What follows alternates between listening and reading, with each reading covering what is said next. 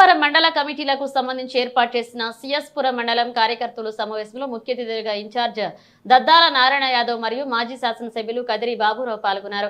ఈ సందర్భంగా ముందుగా ఇన్ఛార్జ్ దద్దాల నారాయణ యాదవ్ బాణాసంచ పూలజల్లలతో కేరింతల నడుమ కోలాహలముగా ఘనంగా స్వాగతం పలికి చెరువు కట్ట వద్ద నుండి కళ్యాణ మండపం వరకు మండల వైసీపీ నాయకులు ర్యాలీ నిర్వహించారు.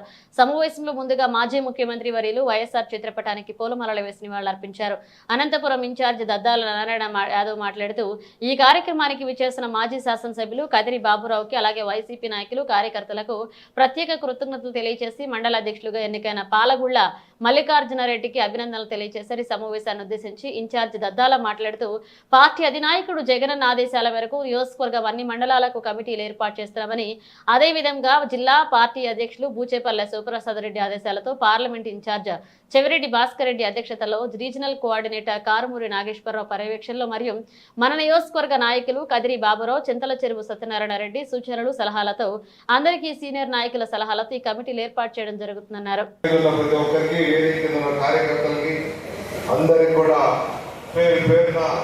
నమస్కారాలు తెలియజేసుకుంటున్నాను. ముఖ్యంగా ఈరోజు నేను 5 మండలాలలో కూడా ఈ ప్రమాణ స్వీకారం అయిపోయింది. ఇది 6వ మండలం, అది లాస్ట్ అనుకుంటాను రావడం. అయినా మాకు మల్లికార్జున రెడ్డి చాలా ఇంపార్టెంట్, ఎందుకంటే చాలా మంచి వ్యక్తి. అందరికంటే కూడా మన సిఎస్పురం మండలంలో ఏదేమైనా సరే ఒక మంచి వ్యక్తిని ఎన్నుకోవడం కూడా చాలా మంచి పరిణామం. ఎందుకంటే అన్ని రకాల మండల పార్టీ అధ్యక్షుడు అంటే మండలంలో చాలా సాధక బాధకాలు చాలా ఉంటాయి. పార్టీని ముందుకు తీసుకుపోవాలి, పార్టీని నడిపించాలి. మండలంలో ఉండే కార్యకర్తలందరినీ కూడా జాగ్రత్తగా చూసుకుంటూ ఎవరో కొందరు గొడవ చేస్తారు, కొందరు పిలవలేదంటారు, కొందరు అనుమానం పడుతుంటారు, రకరకాల అలకలు ఉంటాయి. ఆ అలకలు తీర్చాలంటే మన మల్లికార్జున రెడ్డికే అందరితో కూడా ట్రాన్స్పోర్ట్ లేకుండా పోతాడు, అందరినీ కూడా తీసుకుపోతాడు. ఆయన తోడు నారాయణ కూడా ఉంటాడు.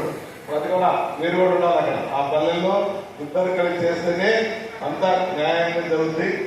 రాబోయే రోజుల్లో మనకు బ్రహ్మాండమైన పరిస్థితి వచ్చేది ఉంది.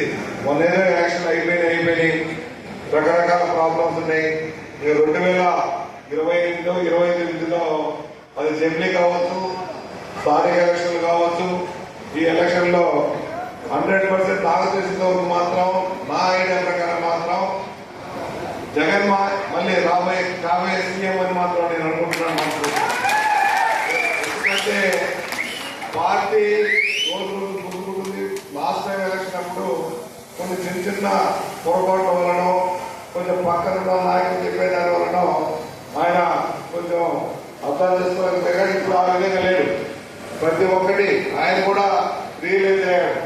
ఈ విధంగా ఇప్పుడు ఏం చేయాలి, ఏ విధంగా పోవాలి ముందుకు అనే ఉద్దేశంతోనే మన జగన్మోహన్ రెడ్డి గారు ప్రతి ఒక్కరితో కూడా మాట్లాడడం, పిలిపించుకోవడం అని చేస్తున్నాడు. ఆయన తెలుసు రేపు ఎలక్షన్ లో ఎవరికి ఏ విధంగా ఇవ్వాలనేది ఆయన ఇష్ట ప్రకారం చేస్తాం. పక్కన ఎవరు ఎంత డిస్టర్బ్ చేసినా, ఏం చేసినా, ఆయనకి ఏదో రకరకాల చెప్పినా కూడా ఆయన డబ్బులు మనుషులు అదే చూడండి. ఆయన ఏ వ్యక్తి వచ్చాడు, ఏ వ్యక్తికి ఇస్తే రేపు మళ్ళీ గెలవాలి అనే దాంతో ఆయన బాగా స్టడీ చేసుకుంటున్నారు. అదే విధంగా రేపు రాబోయే రోజులు కూడా ఆయన మంచి వ్యక్తులు కూడా ఇస్తారని కూడా నేను అనుకుంటున్నాను. అందులో భాగంగా మన ప్రధాన కూడా ఉండొచ్చని నేను అనుకుంటున్నాను. ఎందుకంటే రకరకాలు కావచ్చు. ఎందుకంటే ఆయన ఇవన్నీ కాదు, వేరే వాళ్ళలాగా అచ్చేయాలా ఇచ్చేయాలనేది ఏముండదు. దద్దాల ఆయనకు ఇన్ఛార్జ్ ఇచ్చారంటే ఆయనకు పార్టీ మనం ఓడిపోయారు, న్యాయంగా ధర్మంగా ఆయనే ఇన్ఛార్జ్ ఉండాలి. తర్వాత ఆయనకి ఏ విధంగా చేయాలనేది అది ఓన్లీ జగన్మోహన్ రెడ్డి గారికి తెలుసు. ఆయన అటువంటి న్యాయం చేస్తూ ఎటువంటి పరిస్థితుల్లో కూడా ఆయన అన్యాయం చేయడు. అతను డెఫినెట్ గా ఏ విధంగా న్యాయం చేయాలని ఆయన చేస్తారు. కాబట్టి మేమందరం కూడా ఆయన ఏ విధంగా చెప్తే ఆయన విధంగా ఫాలో అయ్యేవాళ్ళమే. ఆయన చెప్పేదానికి ఎగనిస్ట్ పోయలేదు. రకరకాలుగా ఇవాళ రేపు చాలా టీవీలో వస్తుంటాయి. బాబురావు ఆ పార్టీతో టచ్లో ఉన్నాడు, బాబురావు ఈ పార్టీతో టచ్లో ఉన్నాడు, రేపు పొద్దున అక్కడికి వెళ్ళిపోతున్నాడు, ఇక్కడికి వెళ్ళిపోతున్నాడు. అటువంటిది ఏమీ జరగదు.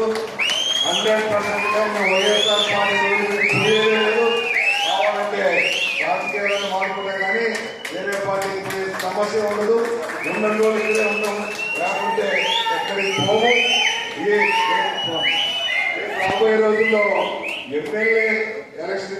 ముందు స్థానిక సంస్థ ఎలక్షన్ వస్తున్నాయి.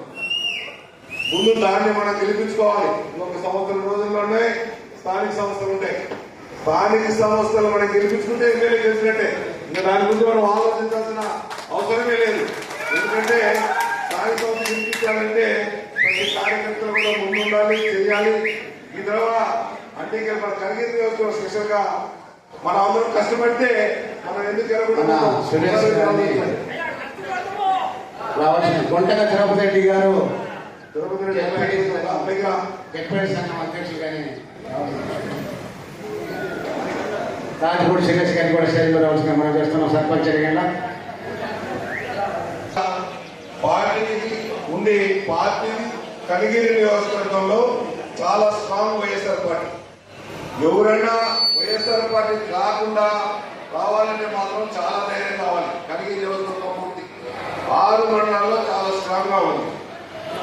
ఇటువంటి పరిస్థితులు కూడా మొదటి నుంచి అయితే ఇప్పుడే కాదు, గత రెడ్డి గారి నుంచి కానీ రామసుబ్బారెడ్డి గారి నుంచి కానీ లేకపోతే మధ్యలో కొన్ని పొరపాట్లు వాటి వల్ల వీటి వల్ల మరీ వాళ్ళ వ్యక్తిగత కారణాల వల్లనే తెలుగుదేశం రావడం కానీ డేవిడ్ గెలవడం కానీ మా మంచితనమో లేకపోతే ఇంకోటో జనాలకున్న దీనివల్ల తెలిసే తప్ప పార్టీ వైజ్ అయితే మాత్రం 100% ఖర్చుపడడం మాత్రం వైఎస్ఆర్కే కైగిరి మాత్రం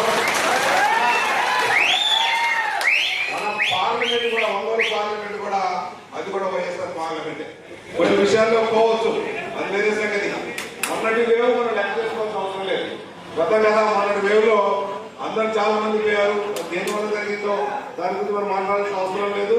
రాబోయే రోజుల్లో మాత్రం మీ కార్యకర్తలు ఎవరు అధైర్యపడకుండా, నాయకులు మెయిన్ గా అధైర్యపడకుండా మన అందరం కానీ జాగ్రత్తగా చేస్తే బ్రహ్మాండంగా పార్టీని మనం ముందుకు తీసుకోవచ్చు. అన్ని మండలాలు కూడా మనం గెలుచుకునే అవకాశం ఉంది కనిగిరి నియోజకవర్గంలో. దానికోసం